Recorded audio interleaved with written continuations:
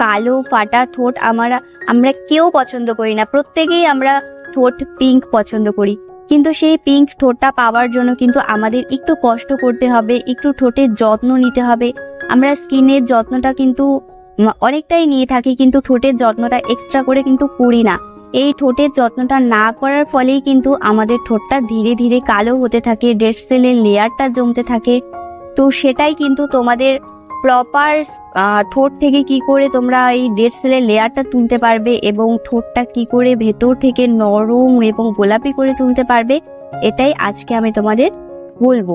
তো তার আগে যারা আমার চ্যানেলে নতুন তারা অবশ্যই আমার চ্যানেলটিকে সাবস্ক্রাইব করে আমার পাশে থেকো, এবং ভিডিওটি ভালো লেগে থাকলে কিন্তু ভিডিওটিকে অবশ্যই একটি লাইক করে যাবে। তো চলো রেমেডিটা দেখে নেওয়া যাক। সবার প্রথমে আমাদের একটি স্ক্রাবার তৈরি করতে হবে। তার জন্য আমি এখানে নিয়ে নিয়েছি চালের গুঁড়ো। বন্ধুরা, চালের গুঁড়োর থেকে ভালো স্ক্রাবার আর কিছুই হয় না। তো এখানে আমি এখন হাফ চামচের মতো চালের গুঁড়ো নিয়ে নেব একটু পরিষ্কার বাটিতে। এই চালের গুঁড়ো দিয়ে যদি তোমরা স্ক্রাব করো ফেস কিংবা ঠোঁট, তাহলে কিন্তু খুব সুন্দরভাবে আমাদের স্কিন থেকে বা ঠোঁট থেকে ডেড সেলগুলো পরিষ্কার হয়ে যায়। মানে যে আমাদের ওপরে যে ঠোঁটের ওপরে বা স্কিনের ওপরে যে একটা কালো আস্তরণ থাকে, সেটা কিন্তু ডিপলি পরিষ্কার হয়। তো এখানে আমি নিয়েছি হাফ চামচের মতো চালের গুঁড়ো, আর নিয়ে নিচ্ছি লেবুর রস। লেবুটাও তোমরা অবশ্যই নেবে। লেবুর মধ্যে ন্যাচারাল ব্লিচিং প্রপার্টিস রয়েছে, তার মধ্যে প্রচুর পরিমাণে ভিটামিন সি থাকে লেবুতে, এবং লেবু আমাদের ঠোঁটের কালো ছোপকে কিন্তু খুব তাড়াতাড়ি রিমুভ করতে সাহায্য করে। এরপরে আমাদের ঠোঁটটা যে রুক্ষ সূক্ষ্ম হয়ে যাচ্ছে সেটাকে দূর করার জন্য এখানে একটা সফট রাখার জন্য আমি এখানে নারকেল তেল ব্যবহার করছি। তো তোমরা এখানে কিছুটা কোকোনাট অয়েল দিয়ে ভালো করে মিশিয়ে নেবে।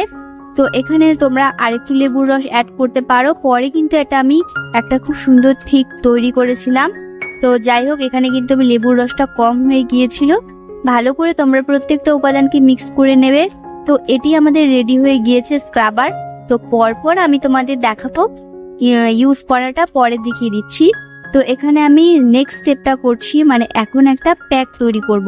স্ক্রাবারটা তৈরি করার পরে স্ক্রাবারটা ব্যবহার করলেই শুধু হবে না, প্যাকটাও কিন্তু ব্যবহার করা অনেকটা জরুরি।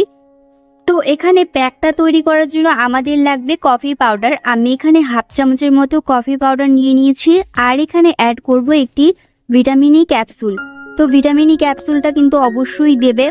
আর অনেকেই আমরা মনে করে থাকি যে কফি তো অনেক ডার্ক, কফিটা ইউজ করার ফলে কি অনেক বেশি ডার্ক হয়ে যাবে নাকি?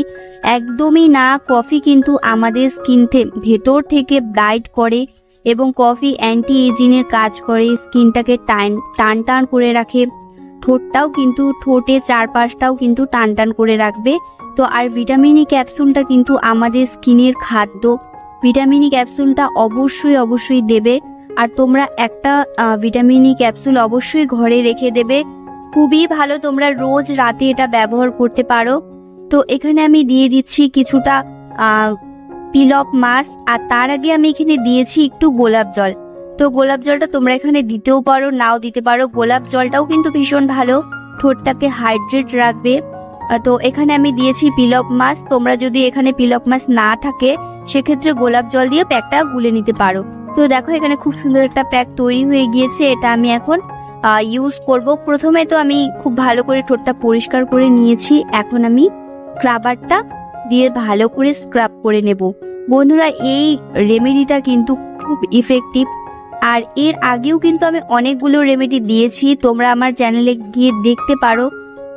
সেই রেমেডিগুলোও কিন্তু তোমরা ট্রাই করলে খুব ভালো রেজাল্ট পাবে। সেখানে কিন্তু আমি অনেক ভালোবাসা পেয়েছি।